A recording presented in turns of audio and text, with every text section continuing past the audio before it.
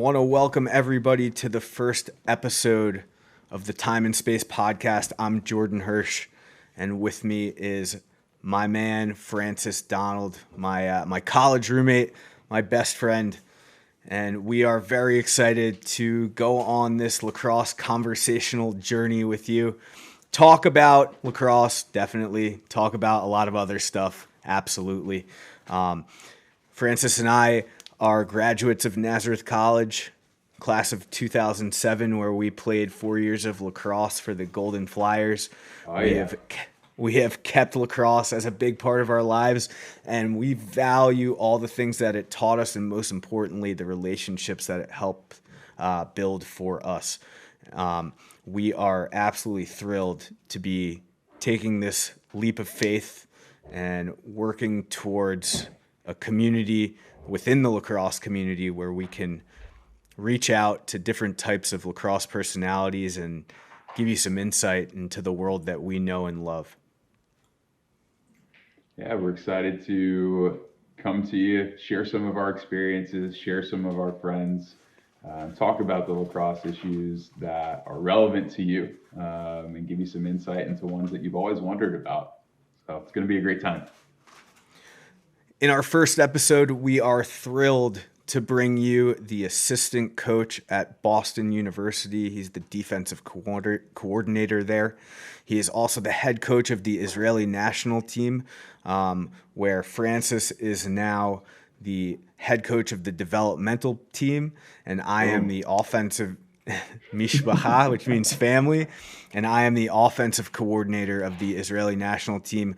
We will talk with Max in this episode about how some of that came to be, how our relationship developed over the last 10 years, and now us all coaching internationally together, and just some of our great lacrosse stories and some of Max's story as a player, a coach, and a lacrosse enthusiast. We hope you enjoy this first episode of the Time and Space podcast.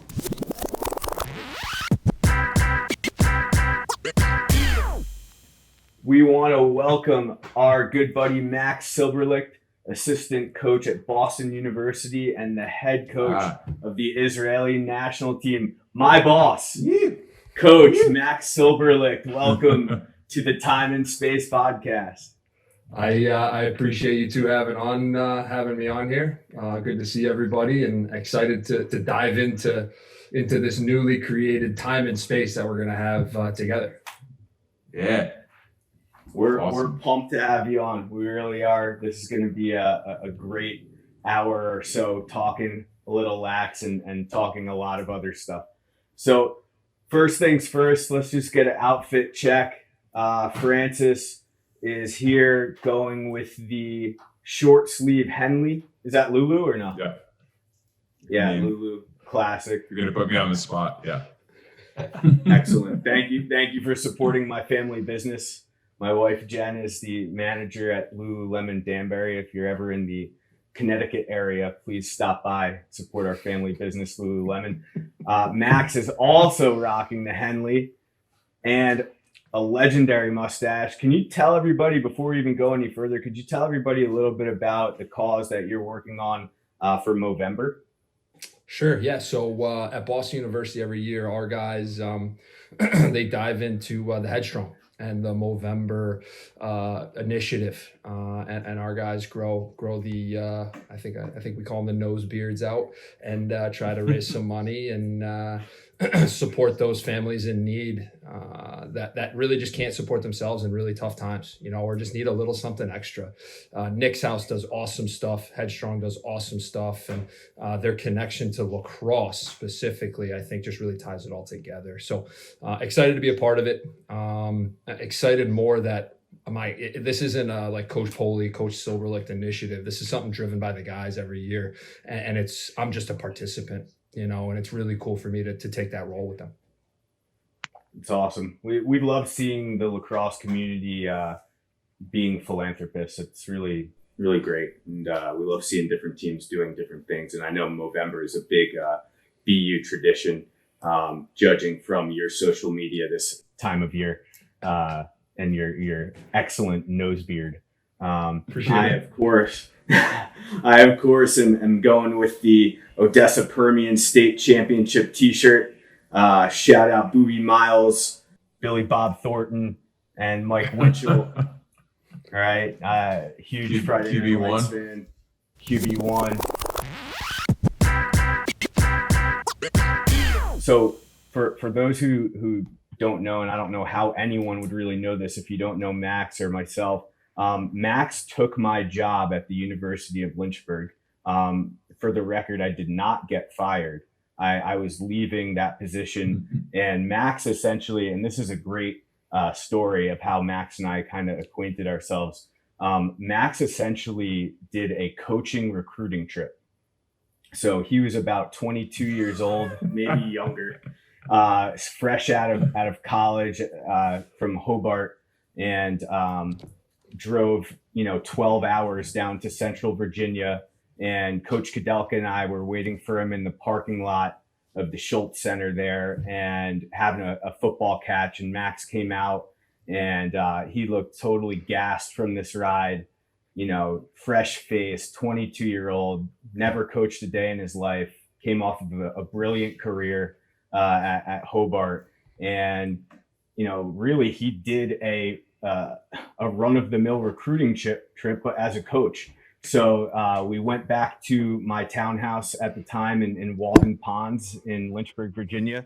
And I said, you're living on that coach's stipend. And I said, Max, we got bread. We have some bread, and I think we have some peanut butter, so we could hook you up there. And I said, I posed a very simple question that told me everything I needed to know about Max. I said, we have water from the tap, we have milk, and we have Keystone Light. And Max said, I'll have a water and a Keystone Light. And that set the tone for an absolutely amazing night that blossomed into a friendship that has now lasted us 10 years. That was back in 2010, and he's gotten to know Francis obviously through me, and we've all shared the international lacrosse scene in one way or another. And now Max is with the Israeli team. We'll get into that a little bit, but now I'm working for Max, and he's just the best dude ever.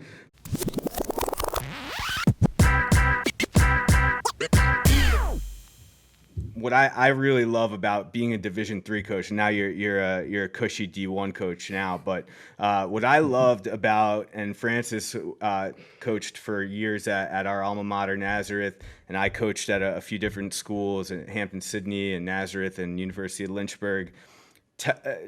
Being a D3 assistant coach, it's a labor of love, right? It's otherwise known as a grind. You're grinding, you're doing a lot of stuff that you didn't expect to be doing when you got into, right? There's not a lot of money in it. You're doing it out of love, and you're trying to learn a trade, and usually you're young and hungry and ready to roll. Max, tell us your best D3 grind story, your best assistant coaching, line in the fields or setting up Monument Terrace down in the city of Lynchburg with the weights. Tell us your best D3 grind story. Wow, best D3 grind story. Well, the first thing that comes to mind is the recruiting trail. But before I go there, because I think that is probably the hardest thing that we do on the as a college lacrosse coach, I think the recruiting trail is the hardest thing that we do for a multitude of reasons. But first, line in the practice fields, man, doing something detail oriented for Coach Kudelka is no joke. Okay, no joke. So that there's certainly times where I still wake up at night thinking, is that corner perfect? Is that 110 yard long sideline? Are those boards at the practice field still standing, or did another deer just run through the 50-yard marker with a giant owl painted on it? So there are certainly some times where I still have flashbacks there. But I think the biggest grind that we have as Division III coaches is the recruiting trail. I think lacrosse coaches in general, it's the biggest grind, the recruiting trail. But it is something that couldn't be more important to our livelihoods. All right. I think as we continue to talk more on today, I think you'll see a little bit more about who I am and how I try to be as a lacrosse coach and a coach in general, or a leader, if you will. But this is something you've already mentioned a few times, like, you work for me. No shot, dude. We work alongside each other. And that's something that I see from a player to coach relationship as well. And I'm only going to be as good of a coach as the guys that I recruit. So whatever it is that I got to do to recruit the best guys for the program that I'm working for couldn't be more important. That is of the utmost important thing that I do as a college lacrosse coach. Division I, Division III, Division II, JUCO, NJIA, all of it, NAIA, MCLA, all of it. Recruiting is the lifeblood of a coach. So the hardest part, I think, is during the summertime where, Division III wise, the budget ain't there. So you head out on the road, probably with a Hampton Sydney plastered on the side of a minivan, or when I was at Lynchburg, it was just take the Jeep and pray that Kelly would take like half the gas receipts you gave her when you returned. They did a lot of praying in Lynchburg, obviously. And then at Bowdoin, I would take the Bowdoin Prius, and it had this giant Bowdoin thing plastered on the side of it. And I would go out on 21, 28-day trips. Because let's be honest, there ain't nothing close to Brunswick, Maine, as far as high-level lacrosse. God bless Coach Glover at Brunswick High School. Awesome dude. Ran a great program, run state championships there. But there's only been, I believe, one Brunswick High School kid to play at Bowdoin. And he was a football lacrosse kid. Shout out Matt Caputi. But I would spend, I think the hardest thing's Division III, coaching, recruiting, on the road, 28 straight days.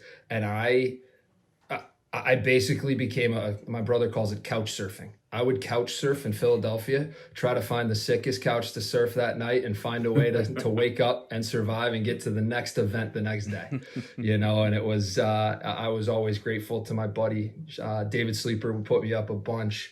I'd shoot down to Baltimore, my buddy, Jimmy Carl, a bunch when I was at Lynchburg. Anybody who would kind of keep me under their roof for a night or two. I probably stayed too long at Sleeper's house, quite honestly, down there in Philly. But it was something, to be quite honest with you, at the time, I enjoyed being around my buddies. Like, it was something that I almost, you talk about a labor of love, a grind. Those times were beautiful for me because I was able to hang out with my buddies. Otherwise I would have been in a hotel room by myself. Like some of these, like you call them, those cushy D1 guys ordering room service. I won't name any names, but they're just hanging out by themselves, eating steak and surf and turf from the room service list, while I'm hanging out with some of my best friends and having a good time, and they're allowing me to be around there. So yeah, some of my best Division III stories are definitely couch surfing in Philadelphia.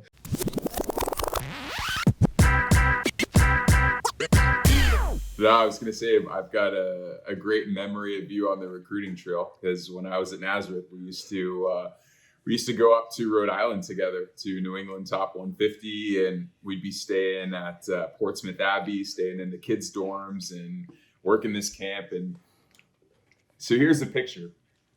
We're coaches. We're going out in Newport all night, coming back, coaching the camp during the day. Great food at the Abbey, by the way.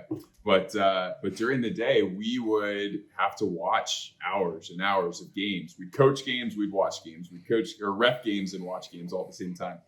And Max was the only guy that when we were done in between sessions, he would go back to the room. Instead of sleeping, instead of going to grab food first, he would go straight to his computer.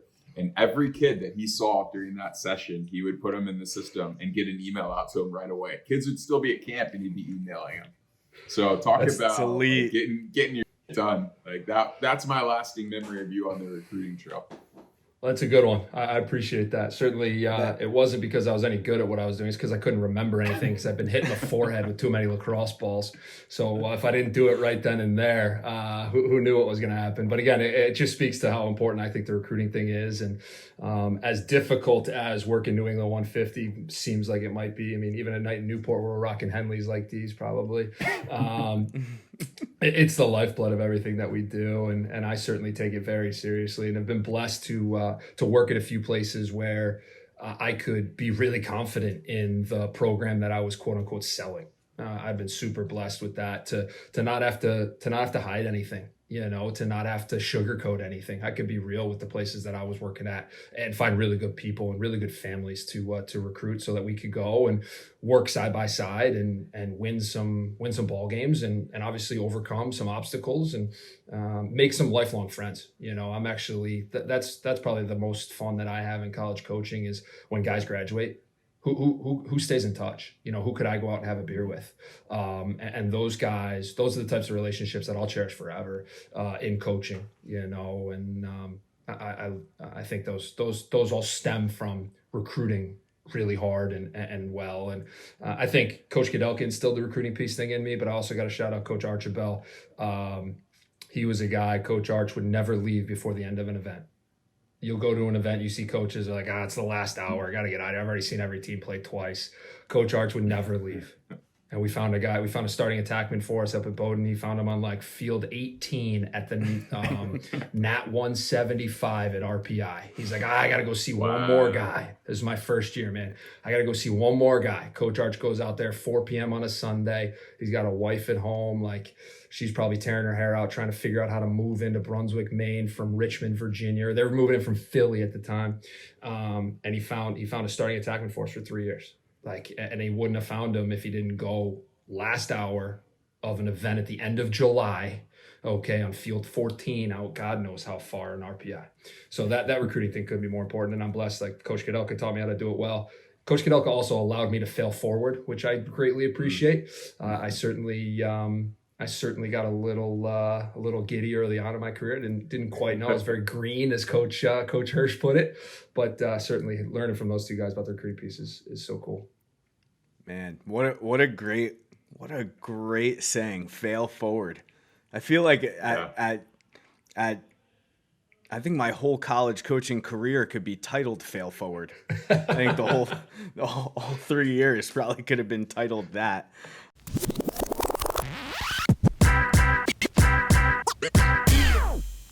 I will co-sign. Max is an awesome recruiter. I've seen him do it in the college game, and I've seen him do it in a much more different way now as we're trying to build our national team roster for the Israel team and hoping for the Euros to take place this summer. You mentioned that you've been able to speak confidently about the schools that you're representing. And obviously that authenticity is going to yield, hopefully, the results that you want with the types of players you get. How much do you recruit families? Like now with parents being so hands-on, and that's just kind of the nature of how society has changed, I think, especially with sports. How much are you, or maybe just college coaches in general, are you recruiting like the family? Sure. I think the family is important. Unfortunately, it's like one of the first things as a college coach that you can see after the talent between the lines. It's like, what does dad act like? What kind of phrases does mom use? Things of that nature. So it's certainly a part of it, but I'll be honest with you. I try my best to make sure that it's like criteria 6, 7, or 8, because for the most part, the guy that I'm recruiting can't control it. So I try to make it a criteria that's further down the list than, say, the guy that I'm recruiting, his talent, and more importantly, who he is as a kid. What kind of phrases does he use? Okay, does he use a lot of I's or does he use a lot of we's? Things of that nature first. Okay, what do I hear about him from his high school coach? Okay, what do I hear about him from his club coach? That comes first, but you absolutely want to recruit good families. Okay, and it's something where, at least at BU right now, I think family is a core value for us. We call them a pillar. It's one of our 5 pillars, family is. And there are times where I think the parents have more fun than the kids do on a Saturday afternoon. And that's because Coach Poley's done a great job of recruiting really good families. And those people enjoy being around each other. They enjoy watching their sons play at a high level, succeed, fail, trials and tribulations, whatever. They enjoy being a part of it. And it's something that I think is really cool to be a part of. So, but yeah, you would definitely recruit the families, but I try not to bury a kid for an over aggressive dad, but at the same time, when I'm on a recruiting visit, I'm walking a kid around. I want to hear, Jim talk. I don't want to hear Jim Senior talk. I want to hear Jim Junior talk. So that's certainly something that we deal with often at the college level. Right. And you touched on, you mentioned college or the high school coach and the club coach. How much information do you seek out from those individuals? Because they could sometimes have different perspectives on one player. And how do you weight that? Totally. I think just as recruiting players comes down to relationships, those conversations come down to relationships as well. Our whole business could be defined through relationships, quite honestly. And there are college coaches that will rely solely on the club coach, which I think is something that is just, you're missing the boat, quite honestly. And I think it's something where it's just easy, right? It's easy to talk to the club coach. And why is it easy? Because it's their job to sell the kid. So that's easy, but it's also, if you think about it, it's their job to sell the kid. There can be nothing wrong with them.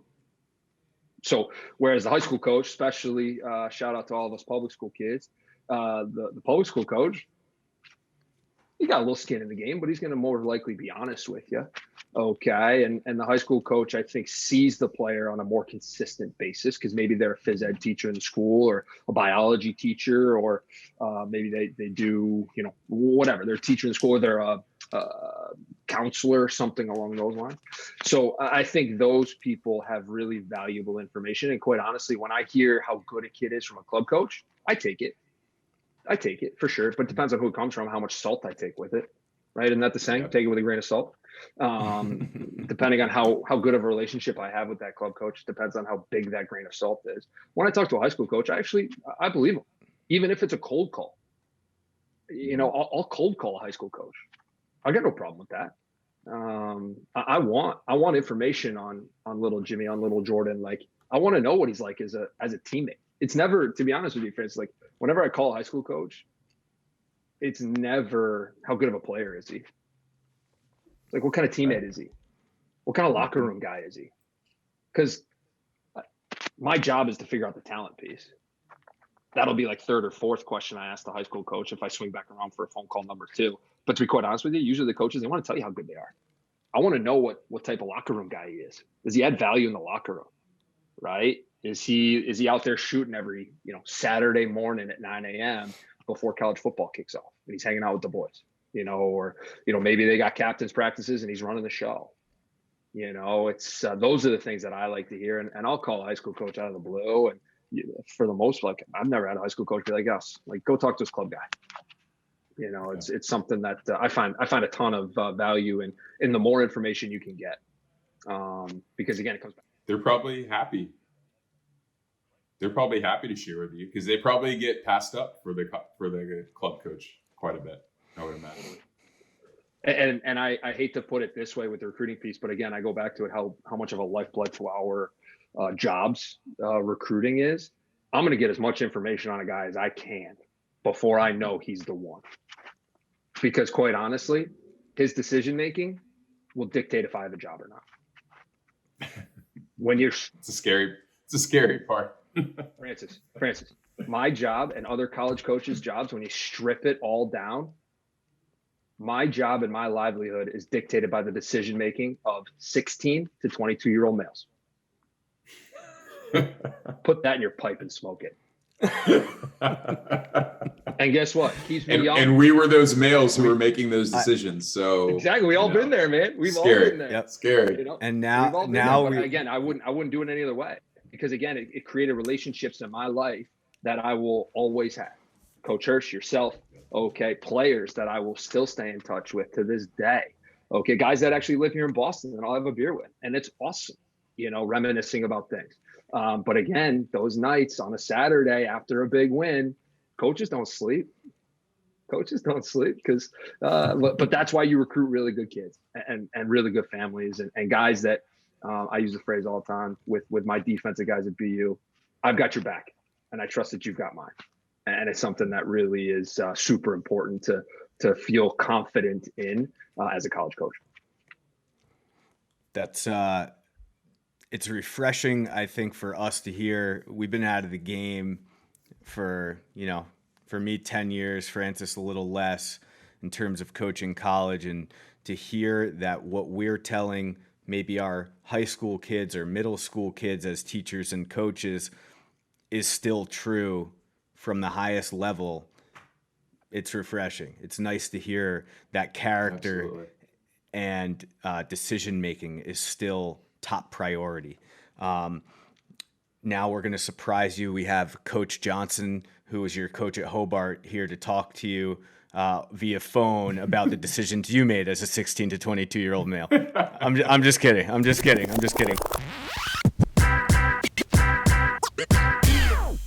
You are a coveted pickup hoops player, an unbelievable. I would call you a stretch 4 in a pickup hoops game. Who do you think, what professional basketball player best models your hoops game in pickup? Oh man, that's a good question. Ooh. Who best models my game in pickup? I guess to give the guys, to give everyone listening kind of my style so they got an idea. I like to think I can shoot the 3. If the first one goes, the next 5 are definitely being jacked up. The touch around the rim is very, very hard. That's probably why I didn't make it past JV hoops back in high school. Suspect at best. I'll box out and defend with the best of them. The feet are a little slow. I'm better when I can get my hands on you and sort of shimmy within the paint. You put me in space, I'm in trouble. Yeah, man, who do I best? I don't know. I like to think I can play all positions too. Try to be athletic enough to switch 1 through 5. I don't know. Like, Are you like a Marcus Smart? He's probably a little more guard than I am. Who's the big guy that plays for Utah? Oh, Rudy Gobert. Not him. Does he play for Utah? The giant dude with the schnoz, the pointy nose. He plays for Dallas. Dallas Mavericks. That's Mavs. No, the Utah guy. Joe Ingles. Oh, Shawnee's phoning in. I need to phone a friend. Who's he talking about? Joe Ingles. Joe Ingles? He's not a big guy. Joker. I'm the Joker. Denver. Oh yeah. Okay. Yeah, Jokic. All right. So like a okay. stretch 4. I don't know if he can switch every position, but he's just a hooper. He just plays. He can move. He's big. He's dopey. He's slow. He's got a high release, so he can shoot over everybody. Yeah. And he's a gamer. I like to think I'm a gamer. I mean, I feel like you're really complimenting him now after you just dogged yourself and compared yourself to him. So I get it. I do get it. I get what you're going for. So I wanted to kind of segue into this too, and I know you love playing a little pickup inline hockey, and I feel like Francis would love to play some inline hockey with you. That's a game changer. The hoops thing I can actually, Francis. The hoops thing I actually hold my own, right? The hoops thing I actually hold my own. You put people on skates, it's a total game changer, and it's more of a jealousy thing for me. So I grew up. Neither of my parents were athletes. Okay. I think you can probably call them nerds and they'd be happy about it, but they were fencers in college. All right. And then my brother and I come along and they're like, what are sports? Like, what are these things? Right? No, that's not true. That's a jab at Iman and Abba, but we moved to New Hartford and, they're like, all right, Max, you're friends with all the basketball kids. You're gigantic for 7 years old. Let's just put you on the basketball court. And then my brother comes along and he becomes friends with the hockey kids and they throw him on the rink. And I couldn't have been more jealous, man. All my buddies growing up were hockey guys, as a lot of lacrosse dudes are, right? A lot of crossover. But now the hockey thing is just, I got the itch to go play because it's a jealousy thing. I missed out on so many so many times on the rink, or so many. I mean, shit. We talk about the hockey thing, like a hockey locker room. Talk about a beautiful place. Hockey locker room, trust, right? You talk about the trust in a hockey locker room.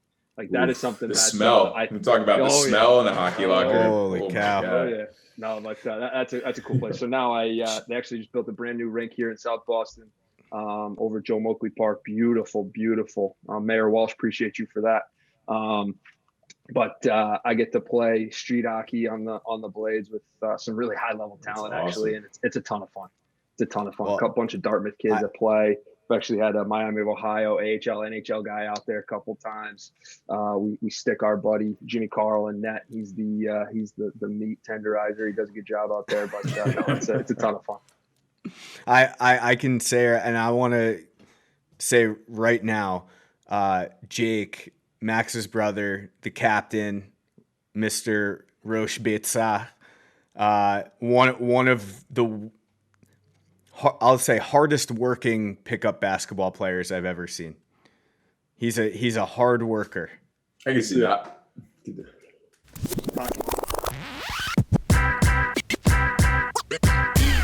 I wanted to kind of get into multi-sport athletes. Is it safe to say that Pat Spencer's the toughest cover you've ever had to prepare for as a D coordinator? Is that fair? Easily. So Max actually did a presentation over the COVID period. We were having the Lynchburg, some former Lynchburg coaches were doing some like coaching presentations, and Max did a presentation that I thought was really well put together, funny, well thought out, and gave us some insight as to how they were going to guard Pat Spencer back in, what was it, 2018? 2019. Right? 2019. So now Pat Spencer obviously was the Tewaaraton winner at Loyola, and then parlayed his athleticism into a fifth-year senior basketball career at Northwestern, where he had a great year and just a really fun lacrosse player to watch, multi-sport athlete. And Max's presentation, unfortunately, got totally hijacked by some hackers on Zoom. So we never really got to see the full presentation. So let me ask you this. I'm going to start. It's kind of a two-part question. I want to start here. Can you just give us kind of the shell of what the game plan was guarding someone that dynamic? Sure. Yeah, and I think it wasn't just Pat. It wasn't just number 8 on that Loyola team. They had those 3 attackmen are all dynamic in their own. But what was so cool about that unit was how pieced together it was. For a lot of people that are listening now, they probably see me as like, oh, Max was the goalie, so he's always coached defense. And that couldn't be further from the case. I'm actually blessed to say that Coach Poley hired me at Boston University as a Division III offensive coordinator for 7 years. He's like, all right, come figure out defense, which I couldn't be more indebted to him to giving me that opportunity at this level, which I was like, all right, this guy's going to give me the shot. We're going to dive right in. Okay, we're going to dive right in. We're going to fail forward, and we're not going to leave any stone unturned. But as far as figuring out number 8 that day, it wasn't just him. It was the kid on the left side was Aiden Olmstead, an upstate New Yorker, Corning East, I believe. Nasty left-handed attack, and still young at that time, but was dynamic and smart and skilled and all of those things.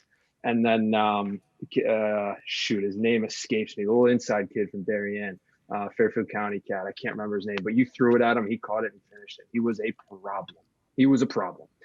So we actually went into that game. He's going to be like so disrespected by the BU coach. I can't remember his darn name. So is Jamie Hanford, his club coach. But so we went into that game thinking, Coach Poley and I put our heads together, like, let's be honest, let's think outside the box here, right? Because we got nothing else to lose. They're coming in scoring 20 goals a game. Like, let's think a little bit differently. Okay. And we actually put all the emphasis of our game plan on the inside guy. Okay, the inside guy. The darn name escapes me. But we put all the emphasis on that inside guy.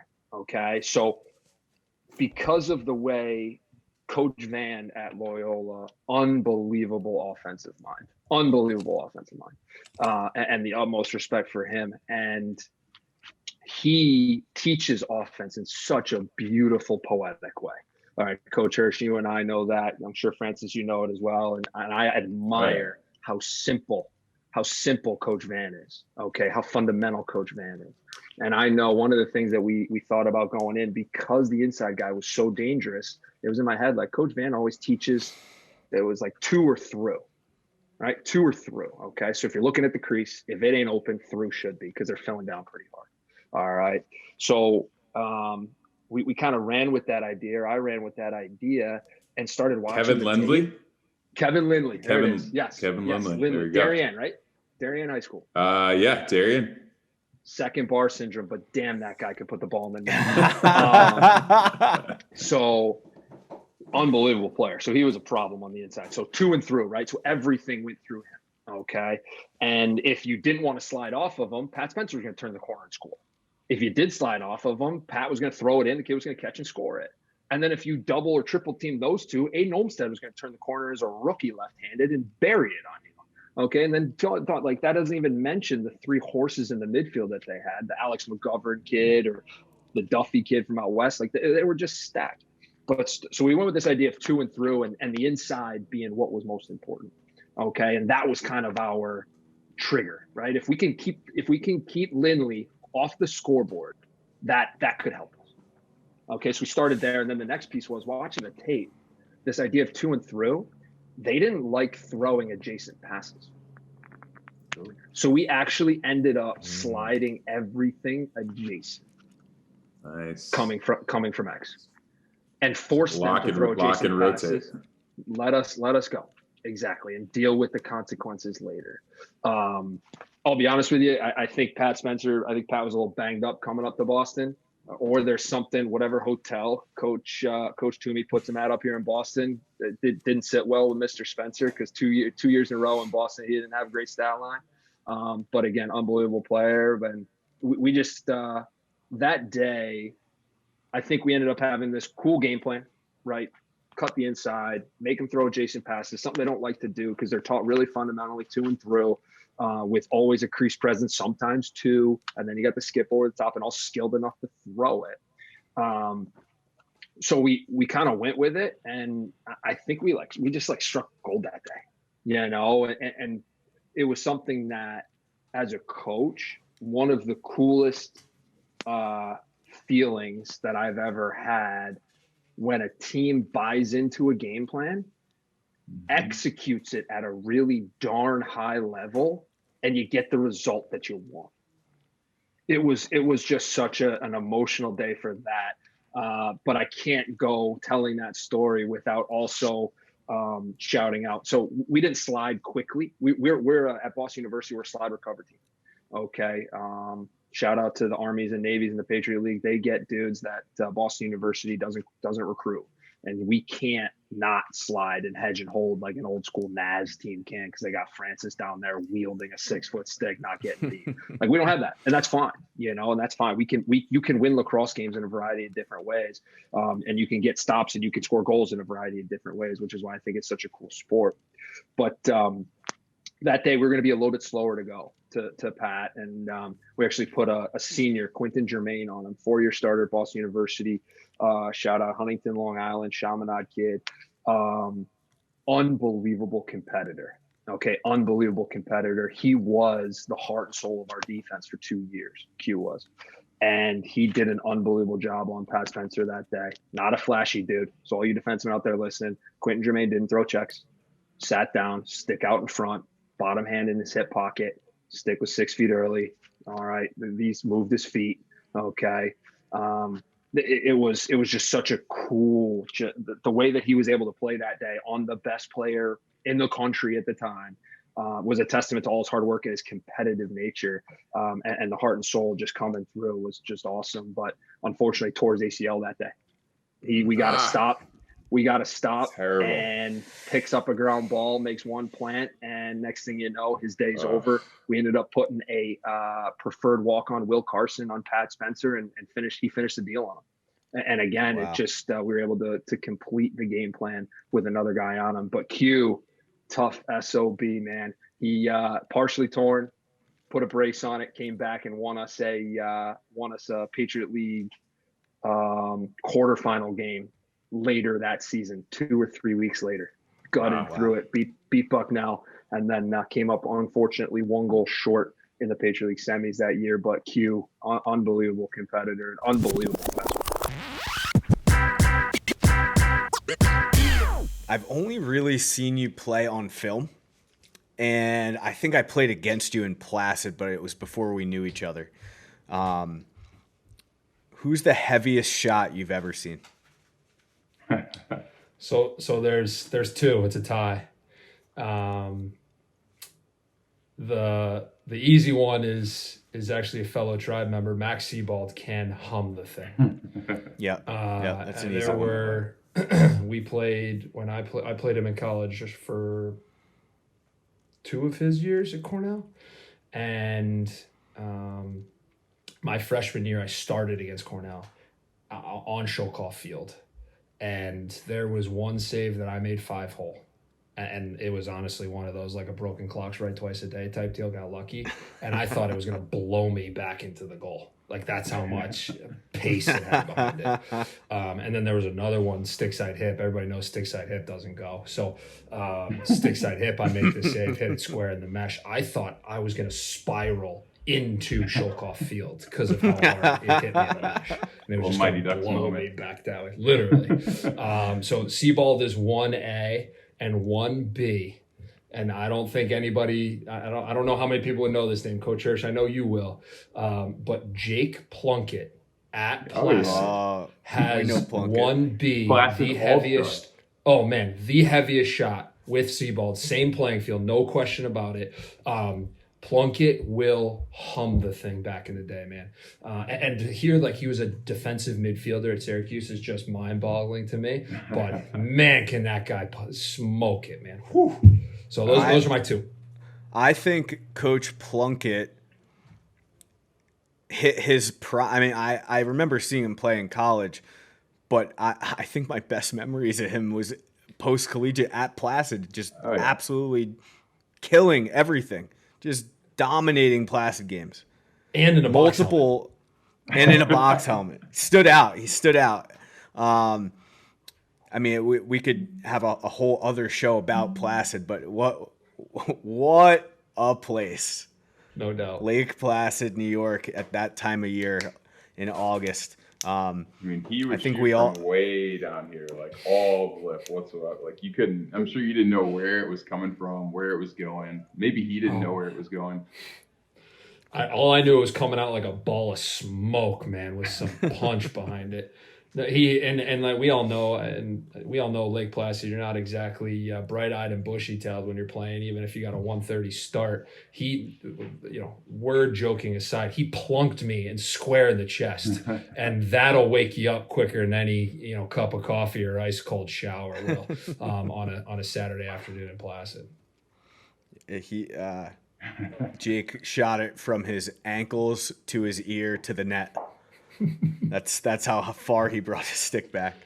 Shout out to the Muhlenberg Mules, man. He's killing it out there. Doing a great job. Love to see it. Love to see it. I think we all have those just great Placid memories. I know for me, one year playing in Placid, I had an assist around the world to win a game. And it was one of those moments where you do it and you're like, how'd that just happen? How did I do that? I wasn't thinking about it. The game's over now? Like, how did that all just happen? Francis, what's your best Placid memory? Short memory. I scored a goal, like personal accolade. I scored a goal against the Burnt Orange team, my first year in Masters. From pretty far out there, high to high. So that was probably as a personal accolade, that was it. But that team, that Graphtex team I was on, ended up winning the championship, beating the Motive Pure guys, which was the team highlight for sure. And that, I'm pretty sure it was after that, maybe that goal or that game, we were in some little convenience store on our way back to hotel or wherever we were staying, and some woman, I don't know who she is, obviously, some woman came up to you and you're like, she was like, "Oh, you're that guy who scored that really nice goal in the game." And I was like, nah, if that wasn't the most Lake Placid, yeah, if that wasn't the most Lake Placid moment ever, I don't know what was.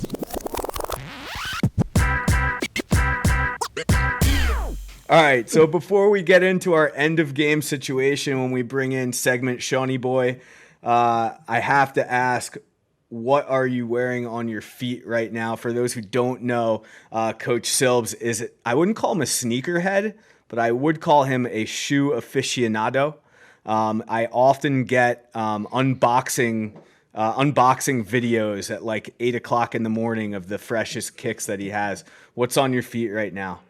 To be honest with you, I'm actually rocking, shout out Paul Zintar's Kalnins, the previous head coach of the Latvia national team. I'm barefooted right now, hanging out, but certainly a shoe guy now. And my collection's fun. You know, it's something that I enjoy. I think the hoop shoes are such a cool culture. As far as like my favorites, I'm a Jordan 11s, Jordan 4s type of guy. Those yes, I got the concrete 4s and the bread 4s, but then I've got the Concords. I've got the Concords, the bread 11s, and I have 2 pairs of low 11s, the cool grays and the Carolina blues. Yes. So those are kind of the shoes. I also, one of my favorite pairs is I got the Allen Iverson Questions. I got those hanging out in the closet. I'll bring those pillows out every once in a while. They just brought those back. Yeah. Wow. Oh yeah, man. I got lucky. I ended up getting lucky on a raffle, I guess, and I ended up getting one of the pairs of Nike Air Force One off-whites. So the blacks, I got the blacks with the white swoosh. Hello. So those came out pretty nice. I don't think those will ever leave the box. But yeah, no, the shoe thing's been fun. The shoe thing's a really cool thing. And I'll tell you what, for people who are listening, if we continue to kind of talk about people so people can learn, a guy that helped me in the shoe game most recently is a guy by the name of Rocky Batty. He's the head coach at Babson College, just down the street here in Wellesley. One of the most interesting lacrosse guys, one of the most interesting men in the world, Dos Equis, no free advertising, but it's his background is just so incredible, and he fueled the fire of my shoe interest, we should say. So certainly I appreciate you calling out the Jays, man. I think the girlfriend doesn't like it when I rock these big clunky basketball hoop shoes out, but hey, it's what she signed up for. That's right. And she will learn to love it, I'm sure. I think Wayne just texted the Dos Equis marketing director after that last comment. So hopefully we could get in touch with him. Go. Max, pleasure to have you on. We're fired up to have you. So this is something we do at the end of shows. So we're just going to have a little fun. It's a little pseudo draft, we like to call it. Right now, I guess we're going to call it the top 9. Or the 9 at 9, whatever you want to call it. So what we have here is we're going to have somewhat of a snake draft, right? So I'm going to throw out a topic, and we're going to start with the guest. So you get first pick, right? But it's going to go in a snake. So it's going to go Max first. Francis is going to go second this time. Jordan's going to go third. And then Jordan gets another pick on the back end. Got it. So we're going to do it right now. We're going to go to a fun topic, throwback jerseys, right? So I'm going to give you 9. And you got to pick, we're going to draft essentially these throwback jerseys. So if you have a notepad ready or you're just, off the top of the head. So the first one I want to talk about, the Raptors purple dinosaur throwbacks from the 90s. Carter and the boys, super, super fresh. Next, we're going to have on the board the Houston Oilers blues. Francis, Texas guy, remembers those, I'm sure. Warren Moon and the boys throwing the ball around the yard. Earl Campbell. Earl Campbell running over people. The old Seattle Supersonics jerseys. One of my personal favorites, not to sway the board, the Atlanta Falcons all black with the dirty bird. They're on the board. Hit it with the Dion, man. And then we have the Denver Nuggets pseudo rainbow uniforms, if you know what I'm talking about. Yeah. The old school Nugget ones. The Bucks creamsicles Could be hit or miss depending on your crowd. The Chargers powder blues, right? The old school powder blues, Kellen Winslow. Brought him back. Crispy. Exactly. Very crispy. Also the old school Vancouver Grizzly jersey, if you know what I'm talking about, with the grizzly bear on it. The teal one? The teal one, yes. Yeah. Exactly. Okay. Classic as well. And then we're going to go with the Charlotte. Morant, man. Sorry. John Morant rocks it real well, too. And then we're going to go with the Charlotte Hornets purple and turquoise, Muggsy Bogues era, Larry Johnson. Yeah. Some really good jerseys on the board. Grandmama. So, Max, we're going to start with you. What is your top jersey from that list? What are you going to pick if you had to pick one? Top jersey from that list has got to be the Raptors purple dino, Vince Carter, stick your arm in the rim, dunk contest, back to back to back. It's got to be that. But that also is an interesting topic for just now. And I don't know if anybody saw this, but the Raptors may be heading to Tampa Bay for this NBA season. Yes. Okay. I was listening to a podcast. I was listening to a podcast earlier, an NBA podcast, and Fred VanVleet was on it. I'll say it because it's a great podcast. Old Man and the Three. If you like NBA stuff, JJ Redick and Tommy Alter are doing amazing stuff. I listen to it all the time. So Fred VanVleet was saying he liked the idea of Tampa. And my best friend from high school, lives down there, and he's got Bucks season tickets. He's a Lightning guy. He's all of it. So the Raptors going down to TB would be really cool. Tampa Bay's got it going on. I mean, they went to 2 championships here lately in the last couple months. Feel it. Awesome. So, Francis, you're up next. It's your pick, sir. You know, I'm going to have to go with the Memphis Grizzlies. I'm going to have to go with the vintage Grizzlies. Because it's just wild. Like, it's a wild jersey. You know, I don't even know what it's inspired by. But also, I got to give a shout out to my guy, Taylor Jenkins, my high school classmate who is the head coach for the Grizzlies. So anytime I get to rep his squad, I'm in it. There you go. Little known fact. All right, Jordan, so you have the back-to-back here. You get to pick 2 before we head back to Francis. I wanted that Raptors 90s jersey. Vince Carter is like the first guy I remember like in college and being like, wow, that guy's amazing. And then following him through the NBA. That was kind of like when I was a preteen and I was really into following like a different player. So that's the first guy I remember. And Toronto was like they were a new team at that time. So it was those 90s Raptors jerseys at the time were just the best. And I think they still might be. I don't really know. But with that being said, I'm going to stay on the basketball tip and go with the Sonics. Sean Kemp, Detlef Schrempf. Yeah. The glove. The glove. Payton. I mean, Seattle. Shout out to the Seattle Storm. They just won the WNBA championship. Oh, I would love to see Seattle get an NBA team back.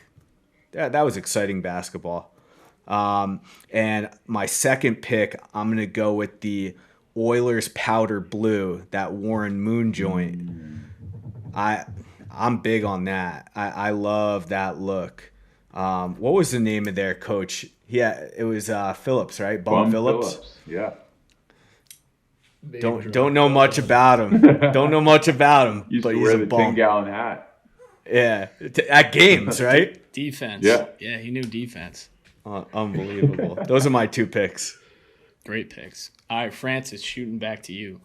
Do I get 1 or 2? So you get 1, then we're going to go back to Max. Okay. What's left on the board? Can you give me a quick review? For sure. So we have still, we do have the Denver Nuggets. Left on the board, Falcons, So left on- Nuggets. Yeah. Oh, go ahead. No, all you, Max. You're killing it. Falcons, Nuggets with the rainbows, Bucks creamsicles, San Diego Chargers powder blues, and I believe you said the Charlotte Hornets pinstripes, right? That's right. All right. I believe in these uniforms, especially the new version of them, the San Diego Chargers. San Diego, as we say here, Superchargers.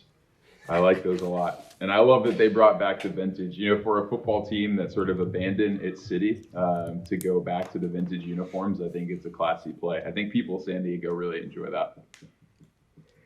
Plus Herbert's down there chucking it all over the yard. Right? So let's go. Right? It's exciting. He looks like It's exciting. He looks like Coach Kudelka in intramural flag football, just throwing it all over the place. Coach Kudelka I think Coach Kudelka averaged like 10 touchdown passes and 500 all-purpose yards a game in intramural. The GOAT of intramural flag. So quick question or quick story. Coach Kudelka on the flag football route. Sorry, Sean. My first year, we're playing flag football. I don't know what the hell's going on. I'm still getting to learn Coach Kudelka and his competitive nature a little bit. We huddle. He draws up a play. I'm like, holy shit, I don't think I've ever run a route in my life. Okay, I'm usually a soccer goalie. Like, I don't know football. I'm definitely a whistle sport athlete. So this like hut hike thing, every time the referee would blow the whistle, I'd jump, false start, move us back 5 yards. Kudelka wanted to gut me. So he draws up this play. He's like, all right, Max, you're going to do this. You're going to do that. You're going to do this. We break the huddle. The other team calls timeout or something. So there's a hiatus, right? So we call the play. We run to the line, timeout. There's a hiatus. During this timeout, somebody runs in and is like, yo, Max, I'm going to take this one. I'm like, all right, cool, no worries. I run out. We get to the line. Kudelka calls the play. I'm standing on the sideline. Kudelka calls the play, and the guy who checked in for me doesn't know what to do. And instead of yelling at him, Kudelka immediately verbally abuses me. He's like, what are you doing? We drew this up and you're not even on the field. Oh my God, it was unbelievable. You're just trying to be unselfish, right? You're like, right. Exactly. I didn't. The new guy, like, yeah, you want to come in, check in? Come on. Sorry to digress, but I got 2 picks because I know how the snake draft works here. My first pick, and these are crispy as hell. I can't believe they lasted this long, quite honestly. The Dirty Birds down in Atlanta, those I knew you were going to go Falcons with that. unis. It matches your Jays. That's like an instant match. Goodness. Oh. And watching Michael Vick play football, man, in those things with the big shoulder pads. Oh man, he could still shake. Holy cow. So that's my first one. And then my second pick. Okay. And this is going to be, this is going to hurt me, but my second pick, I'd like to go with the Bucks, the creamsicles, but I can't because those are gross, even though shout out Brady Evans down in Tampa Bay. I've got to go with the pinstripe Charlotte Hornets, Whoa. even though I got the New Orleans version of it. Okay, I got the New Orleans version of it right here. Okay, shout out Chris Paul. All right, you gotta have the pinstripes for a big dude like me. They're slimming. It's beautiful. Okay, Are they slimming? The pinstripes. It's the man, horizontal the stripes. Oh yeah, you can't. So dude, big dudes like us, Vince, we can't do horizontal. You don't want the That's why Lulu doesn't do anything horizontal. All right. You don't want but yeah, that. I'm gonna go with the Hornets. All right. Great pick. Love that. Great Love pick. it. Is that me? Am I up? You're up. Jordan's got last. Raise your hand if you've never played fantasy football. Ready, go. I remember my first snake draft. I like. You took the Warren Moons. Give me what's left. You got the Nuggets, Rainbows, and the Bucks, Creamsicles. I'm gonna go Nuggets Rainbows. I'm a multicolor guy. I like it. I like the flavor. Love it. It can represent something else if you want it to. It brings it together. Love it. Jordy, like the last kid picked in dodgeball. I mean, I want him, but you got him. You got to make the best out of it. What do you think about the creamsicles? I'm gonna be honest. It's not. I don't think there's any losers between the Nuggets Rainbows and the Bucks Creamsicles. I'm okay with it. I think, and we'll post this on our Facebook page, and we'll get something on this YouTube with a graphic of our draft picks. I think I won this draft. I'm gonna be honest. I think I won this draft. I do. Max is currently holding up a version of what he picked, but not actually what it is. Great prop, but don't try and sway the people. I think I won this draft. I don't know. No shot that I waste first pick. No shot that I waste first pick. Happy to rep the Grizzlies. Snake draft. Yeah, I again, not a lot of losers here, but it's about your body of work, and I think in terms of the body of work, I'm going to be tough to beat. But we'll see what everybody else thinks, and we'll get some thoughts on this. And that was a good draft. Shawnee, give us if you were to pick any three, what would be your three? Yeah. My top three, and I have a few of these, right? So I have the Atlanta Falcons Dirty Bird Dion. Great jersey. That was a Halloween favorite for many years. I love the Raptors Purple Dinosaur. I got that thinking like probably in high school or late middle school, like, the girls are going to think I look so good in this. You get way more compliments from your boys. Like, oh, that's a sick jersey. You're like, well, that wasn't the purpose of buying this, but whatever. And then also I love I think the Chargers Powder Blues are the best jerseys in football when they break those out. Nothing like Phil Rivers back in the day. Now a Colt, but losing at 4:00 on a Sunday, and he's throwing the ball all over the yard and looking like his arm's about to fall off. An LT running in the Powder Blues, nothing like it. They look fast in the Powder Blues. Junior Seau, R.I.P. Man, that dude could tackle. He was a legend too. Just all around, great jerseys. So those would be my three, Jordan. All right, so we will great picks by everyone. Great game by Shawnee, and we will leave it up to the people to decide who won this draft.